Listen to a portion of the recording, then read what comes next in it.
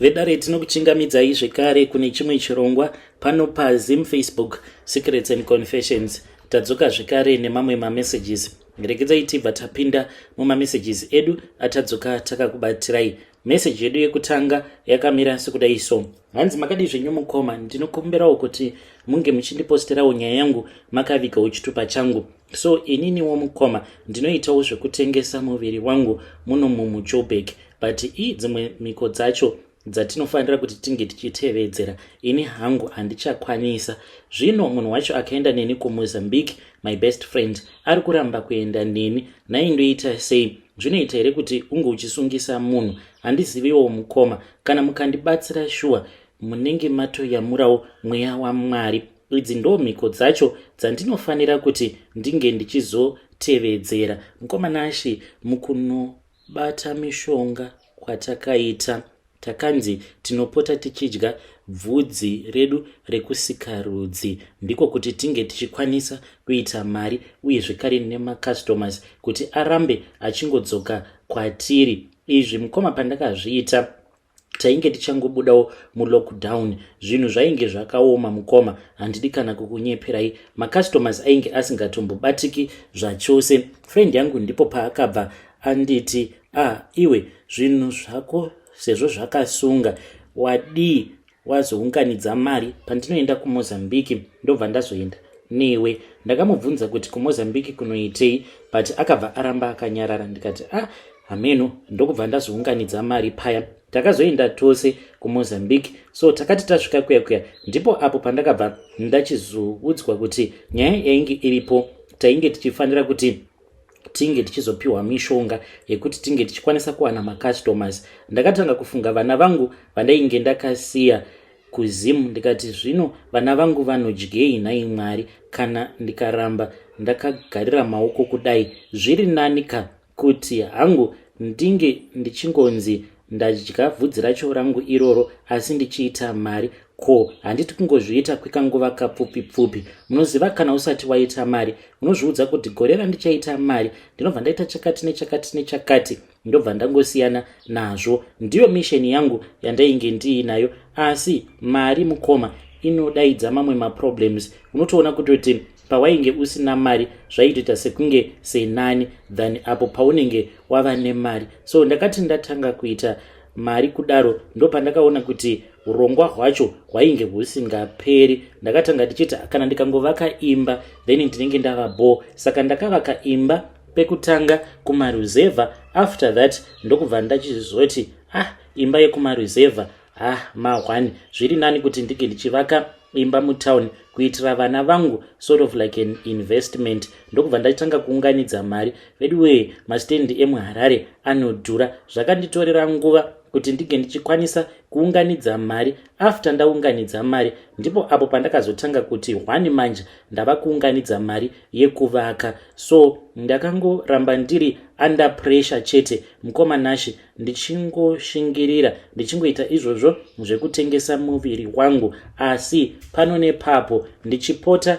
ndichidyawo bvudzi rekusika rudzi kwangu. Saka zvandinoita mukoma ndezvekudai, ndinoti paya kana ndikaona kuti rinenge rakura, nguva yangu kana yakwana yekuti ndige ndichizoshevha, ndinotoshevha zvakanaka, then bvudzi riya ndinotora shoma. It's not like ndinodya rose, aiwa, ndinongotora shoma ndobva ndazoriisa paside. Ndinozoti kana ndava kubika paya ndinopota ndichiriisa zvishoma nezvishoma, such that harizondikachidzi.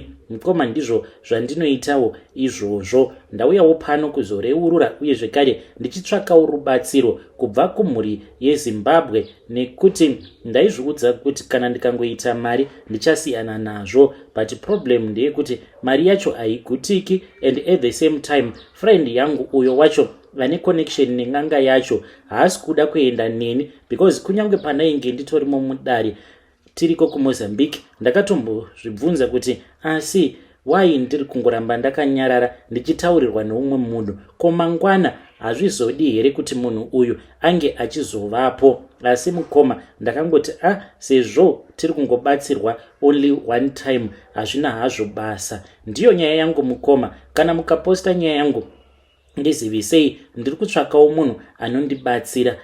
Handidi kuramba ndichiita izvi zvandiri kuita, but hanzi kana ndikaregedza kuzviita mwana wangu anokwanisa kufa. Saka ndinofanira kuti ndinge ndichidzokera kudare kwavo sekuru ava. Hanzi vanobva vazobvisa izvo zviri pandiri zvacho zvatakanzi ndo zvinenge zvichitikokera varume. Saka hanzi chinhu chinotogara munyama dzangu hachiite kuti chinge chichingonzi changobviswa maybe nemunhu anonamata kana kuti. Saka ndikudawo rubatsiro kubva kana kuri kunzi kune vanhu vanoitawo zvechivanhu. Ndingatenda chaizvo kana ndikakwanisa kubetserwa. Hei vedare, ndo message iyo yandakatumidzirwa ichibva kuna vanzvadzi vedu.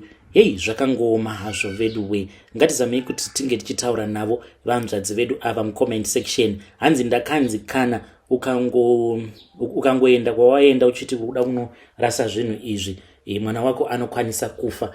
Zvinhu zvacho zvinofanira kuti zvinge zvichizoraswa nenzira chaiyo kana kutodzokera kuMozambique. Can you do something like that? Zvekuti unopota uchisheva bvudzi rekunzvimbo kwakavanzika wobva wazopota uchiridya kuti ukwanise kuwana macustomers. Pakaipa. Regedzai tibva taenda panyedu inotevera. Nyedu inotevera yakamira sekudai so. Hanzi makadi zvenyu mukoma, ndinokumbirawo kuti munge muchindiposterawo nyaya yangu makaviga chitupa changu. Ininiwo ndiri mudzimai uye zvekare ndine makore 33 years ekuberekwa. Mukoma pandainge ndichiri kuuniversity ndaishungurudzwa nevamwe lecturer kuzonosvika vachizorara neni. Saka vaita zvekushandisa chisimba uye zvekare vaitondichikidzira kuti you are not going to graduate, ucharamba uri pano nekuda kwekuti ndinokuda, asi kana wazobvuma kuti tinge tichiita bonde then I will let you go.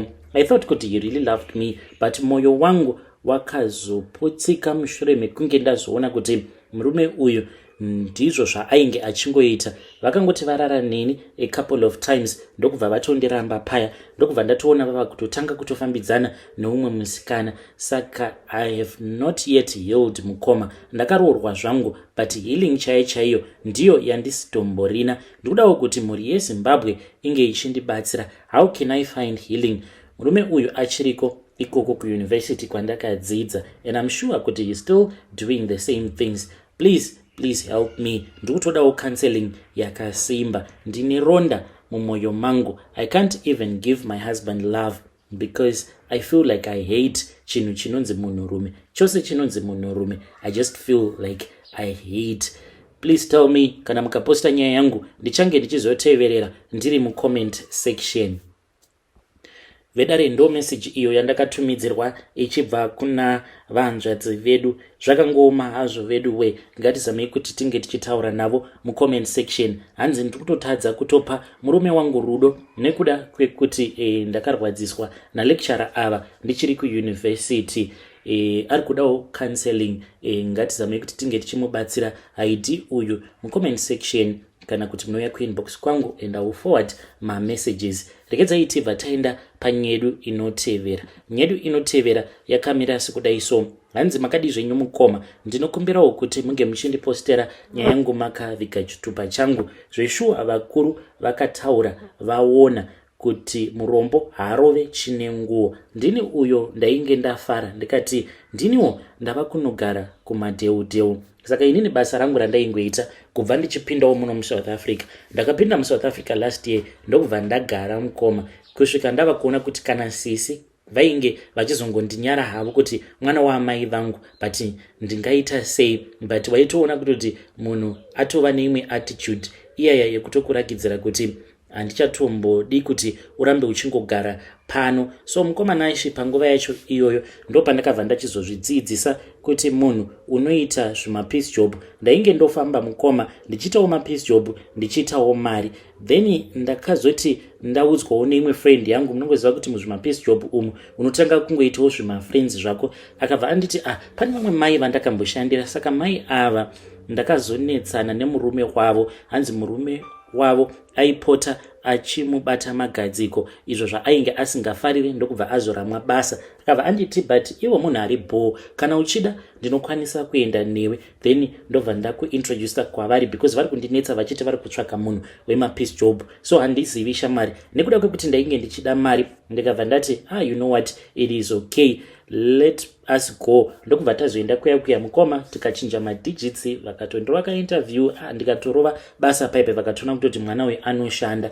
Mukoma chinyaya yavapo ndeyekuti friend yangu uyu I can say kuti she is lucky. Handisati ndamuudza hangu because vakanditi usaudza kana munhu. Nyaya iripo ndeyekuti madam boss vangu ava nemurume wavo, mukoma vanhu ava vakaromba. Why ndadaro? The very first time pandakanotisa kuti this is very strange, mukoma ndakaona boxer short remurume wacho riri muwashing basket riri rega. Mushure mekunge ndapedza kuwacha ndikati ko boxer short iri kuti ndarikanganwa, kunobata kudai mukoma mainge muine tsvina.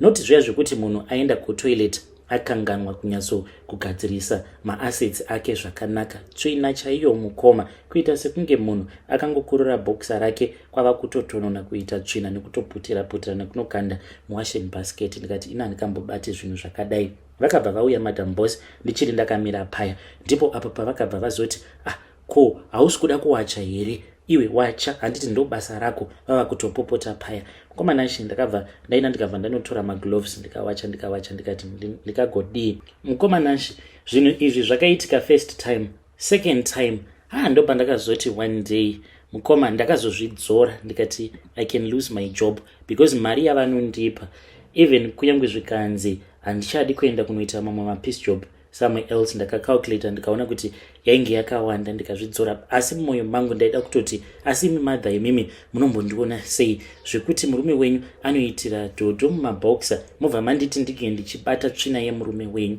Ndakabva ndadzikamisa hana yangu, vakabva vandipa mari, vakabva vanditi wachakanya until vachizonondibudira pachena kuti idzi ndo mhiko, ndo zvavakangotaura nerimwe zuva. Vainge vachitopopota futi on top of that, vakangonditi ndo mhiko dzake, saka unofanira kutoti ungochitoita basa rake, neniwo ndine basa rangu randinotoita rinotorwadza kudarika basa rako iri raunoita. Unofungidzira kuti mari yose iyi yatinokupa inobva kupi? Mukoma ndakangotora ndokubva ndanowacha. Vakabva vazoti paya pavainge vava kundiperekedza, vakabva vanditi zvaunoona mwanangu, unoziva kuti mukurarama umu vanhu munototangawo mabusinesses enyu mune zvakanaka, asi mumhuri manje kune vamwe vanenge vava kukunzwirai godo, saka zvinozokonzeresa kuti muge muchizoendawo kunosimbiswa. Takaendawo tikanosimbiswa, saka zvawaona unofanira kuti unge uchingosiyana nazvo. Zvandakuudza haufaniri kuti unge uchizoudza kana umwe munhu. Asi mukoma ndasvikawo pakuremerwa mumwoyo mangu nekuramba ndakachengeta secret iyi. Ndava kutotya, handizivewo kuti ndoita sei, ndoudza sisi here, because pari zvino mukoma ndanga ndisati kana ndambova neumwe munhu wandanga ndati ndaudza. Saka mother ava vari kuti ivo vane vamwe sekuru vavo ava vanogarawo muno muSouth Africa, saka vakafirwa nemukadzi wavo mainge muri mugore ra2020. Saka vari kuti haudi here kuti unge uchizoita gogo vangu. Mukoma, when I saw him, is a gentleman, anofamba nemotikari yakanaka, ane imba yake muno muSouth Africa. Ndinenge ndatogarika mukoma, so ndauyawo pano ndikuda maadvices. I know kuti kune vamwe vanhu kunzoko vanokwanisa kuzongoita jealous rekungoti mwana uyu atopinda machena, asi ndikudawo maideas kuti nesituation yakadai how can I decide what is best for me. I know kuti kune vamwe vanhu vane zvipo zvekutaurisa vachangoti iwe kuri kufirei ipapo.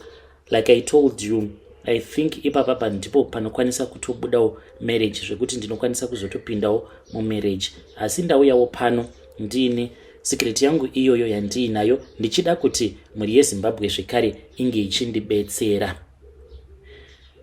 Hey vedare, ndo message iyo yandakatumidzirwa ichibva kuna vanzvadzi vedu. Future ipi nhai mwanasikana, iwe uchibatiswa tsvina, pamwe uri kutongonyeperwa kunzi kule vanoda kukuroora, pamwe akutomborina maplans ose iwawo, pamwe uri kutongoshandiswa zvako, hapana future apa. And I don't think kuti vedare kana vakakuudza kuti siyana nazvo, it will be because vanenge vaine godo newe, because ivo personally vanenge vasingatombokuzivi zvekuti vangabva vakuitira shanje, but vanokwanisa kutokubetsera because zvinhu zvauri kuitiswa izvo it is not easy kubatiswa tsvina yemunhu mukuru asiri kurwara futi on top of that. Asi ngatimubetserei mwana uyu mucomment section.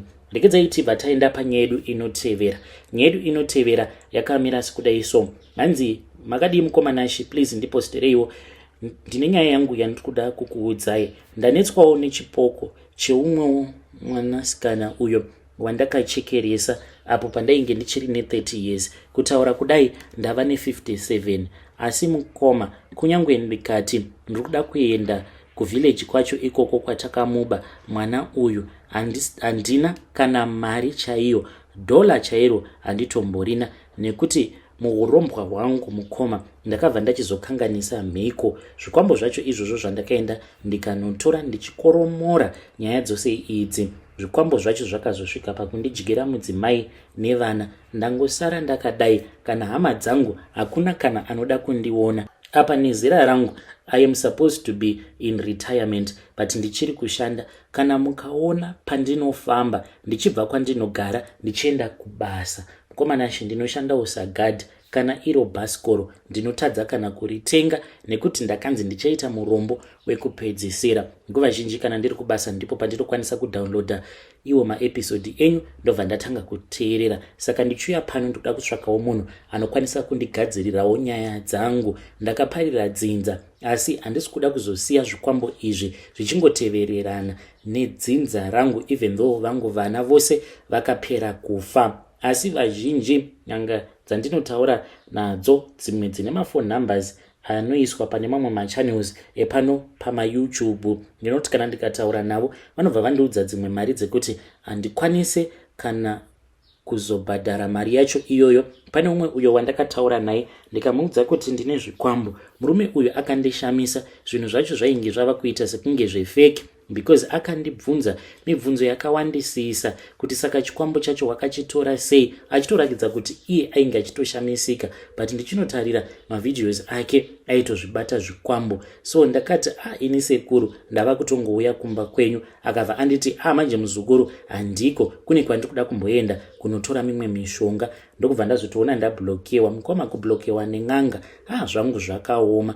So handizivi kuti vazhinji vacho vanobuda pamasocial media vanoita zvechokwadi here kana kuti ndezvefeki hazvo, but ndauya pano ndichidawo kuti mhuri yeZimbabwe indibatsire. Kana muine kwamunoziva kwekuti kana ndikaenda ndinokwanisa kubetsereka, please ndiudzeiwo ndinge ndichizoendawo ikoko, but mari ndiyo yandisina. Saka mwana uyu mukoma panguva yacho iyoyo pandainge ndichitawo zvemabusinesses, ndaiva nemashopu, mabhucha, zvigayo, ndaiva nezvose mukoma, ndaiva nemari inini, ndakaita mari munguva yacho iyoyo. Saka pakabva pachizonzi painge pachidiwa musoro wemwana mudiki, but ndakabva ndachizokwanisa kuwanirwa musikana iye wacho uyo watakazochekeresa aine 12 years. Ndakaudzwa zita rake uye zvekare nemakore ake, ndichinorakidzwa musoro wake mukoma. Ndopandakaona kuti zvinhu zvandainge ndaita sure ndainge ndisisiri munhu, ndainge ndatova bhinya. Mukomanashi musoro uya wakabva wazotorwa, wakatanga waendeswa kubhuchari kwangu, ndokubva wazombonogariswa ikoko kubhuchari kwemazuva mashoma. Ndakavhara bhuchari, ukaendeswa zvekare kumashops angu ose nemuzvigayo zvangu zvose, kusvika vapedza kundigadzirira mishonga yacho. Ndokubva musoro uya wazotorwa nen'anga iya. Kuti wakaenda nepi handizivi mukoma. Iniwo ini mwana uyu paakaurawa ndainge ndisipo. Chandakangoita ndechekuti ndakaenda kwavari sekuru ava, ende vainge vachibva kuMalawi. Kuti vakaendepi handitombozivi. Ndokubva ndabhadhara, ndikabva ndaudzwa kuti painge pachazotsvakwa mabhinya ainge achikwana iwo kuita 4, nemari yacho ndini ndakabhadhara. Mari yedare, mari yekuti pange pachizogadzirwa zvikwambo, mari yekuti pange pachizomutswa mweya yevafi ichange ichizorwidzana naye mwana uyu kana odzoka kwandiri. But dambudziko riripo nderekuti mweya iya yevafi yava kundinetsa, yakandinetsa mukoma, kusvika yati isuwo tava kuramwa, nekuti takakuudza kuti pagore nepagore tinoda kuti unge uchizouraya mabhuru 4, umwe neumwe bhuru rake. Saka mukoma panguva yacho iyoyo pazvaifaya, ndainge ndichitorenta rimwe plot kwaigara mombe dzangu. So ndaienda kuya then ndaibva ndanouraya bhuru 1.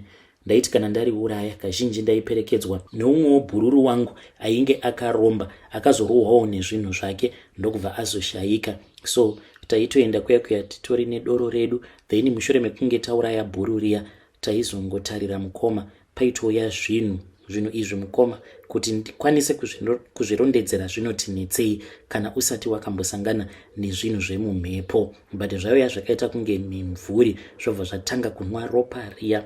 Then izvi ndaifanira kuzviita 4 times a year, asi pandakazotanga kubhuroka ndipo pandakatanga kudarikidzira ndichiti mwedzi uya wandaifanira kuuraya bhuru ndobva ndadarikidzira ndichiti ndichazouraya ava maviri kudzamara zvangoti mbombombo.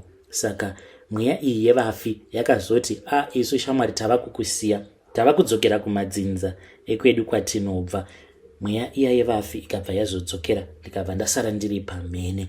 Mwana uyu mukomanashi akauya, shure mekunge auya ndokubva azondikuvadzira mudzimai wangu pekutanga, asi mukadzi wangu akazonorohwa futi nechikwambo changu. Vana vangu vose vakasvuurwa mukoma, vakapedzwa naye mwana uyu. Zvino unondinetsa mwana uyu. Dzimwe nguva ndinoti kana ndiri kubasa ndinozongoshinga because ndaisiti kana ndikarohwa ndoridza mhere, but ndakati zvino kana kuri kunzi ipo pano pacho pandiri kushanda kana ndikadzingwa ndoendepi. Saka anotongouya kwandiri, ndinotomuudza kuti rova zvako kana uchida uraya because ndakatofa kudhara. Vana handisisina wakanditorera, mudzimai wangu handisisina wakandiurayira, saka ungati ndichiri mupenyu here? Asi mukomanashi anondirova, ndinenge ndakangonyarara achindirova. Handizivi kana muchizivanawo nen'anga dzekuMalawi, I think ndidzo dzinokwanisa kundibatsira kuti problem yangu iyi inge ichisvika pakuzopera. Mukoma, ndichange ndichizotevererawo ndiri mucomment section. Hey vedare, ndo message iyo yandakatumidzirwa ichibva kuna mukoma vedu. Zvakangooma hazvo vedu we. Hanzi nezera rangu tikufanira kuti ndinge ndichinzi munhu ava kugarawo pamusha pake nevazukuru vangu, but kana musha wacho handina. Asi hanzi ndakatombofamba nemotikari dzimwe dzainge dzichidhura muHarare umu, ndaitombova nemashops nemabhucha, asi zvose hanzi zvose zvakaparara. Ndakasvika pakubhuroka. Prazi randainge ndiinaro hanzi kwaiva nemombe dzainge dzakawanda, ndaiva nevashandi vakawanda. Hanzi gore roga roga ndaiuraya mabhuru 4. Hey, zvakangooma hazvo vedu we. Ngatitaurei navo sekuru ava mucomment section.